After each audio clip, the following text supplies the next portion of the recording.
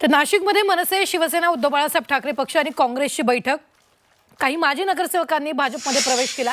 प्रवेशानंतर तिन्ही पक्षांनी बैठक बोलावली। मनसे, शिवसेना, उद्धव बाळासाहेब ठाकरे पक्ष आणि काँग्रेसचे नेते भाजपात आलेत। भाजप प्रवेशानंतर ठाकरे गटाच्या कार्यालयात तातडीची बैठक बोलावण्यात आली। तर ठाकरे गटाचे माजी आमदार वसंत गीते, उपनेते दत्ता गायकवाड यांच्यासह मनसे जिल्हा प्रमुख अंकुश पवार, शहर अध्यक्ष सुदाम कुंबडे, काँग्रेसचे शहर अध्यक्ष आकाश छाजड हे उपस्थित होते।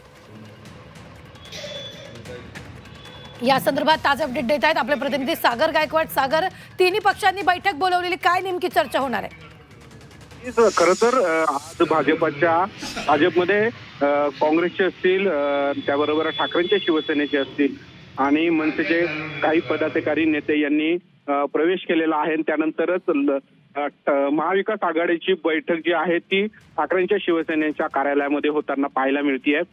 विशेष बाब म्हणजे खरं तर राज्यांमध्ये मनसे आणि काँग्रेस एकत्र येणार का, ते महाविकास आघाडीमध्ये मनसे एकत्र येणार का, अजून याबाबत आशंका आहे। मात्र नाशिकमध्ये जर चित्र बघितलं तर महाविकास आघाडीचे सगळेच नेते पदाधिकारी सध्या आता बैठक घेताना पाहायला मिळत आहेत। यात जागा वाटपाची देखील चर्चा होणार असल्याचं समजतंय। मनसेला किती जागा मिळणार, काँग्रेसला किती जागा मिळणार किंवा ठाकरेच्या शिवसेनेला किती जागा मिळणार याबाबत सध्या स्थानिक पातळीवरती चर्चा होताना पाहायला मिळते। राज्यात याबाबत उलट जरी चित्र पाहायला मिळत असलं तरी नाशिकमध्ये काँग्रेस असेल, राष्ट्रवादी शरद पवारांची राष्ट्रवादी असेल किंवा मनसे असेल, शिवसेना असेल यांची एकत्रित बैठक पार पडतीये।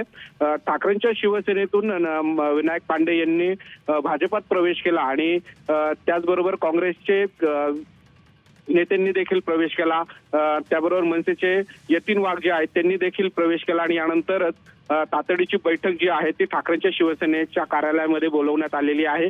सध्या आता बैठक सुरू आहे। या बैठकीमध्ये काय चर्चा होते याबाबत अजून कुठली माहिती प्राप्त झालेली नसली तरी बैठक संपल्यानंतर ते प्रसार माध्यमांशी बोलणार आहेत की या बैठकीत काय ठरलं। जागा वाटपांचा विषय ठरतोय का की महाविकास आघाडीमध्ये मनसे देखील सामील होणार आहे का, हे देखील आता समजणार आहे। निश्चित, धन्यवाद सागर ताजे अपडेट देण्यासाठी। आम्ही वेळोवेळी तुमच्याकडून या संदर्भातले ताजे अपडेट घेत राहणार आहोत। तुर्तास आपण पाहतोय माजी नगरसेवकांनी भाजपात प्रवेश केला, तिन्ही पक्षांनी आता बैठक बोलावलेली आहे।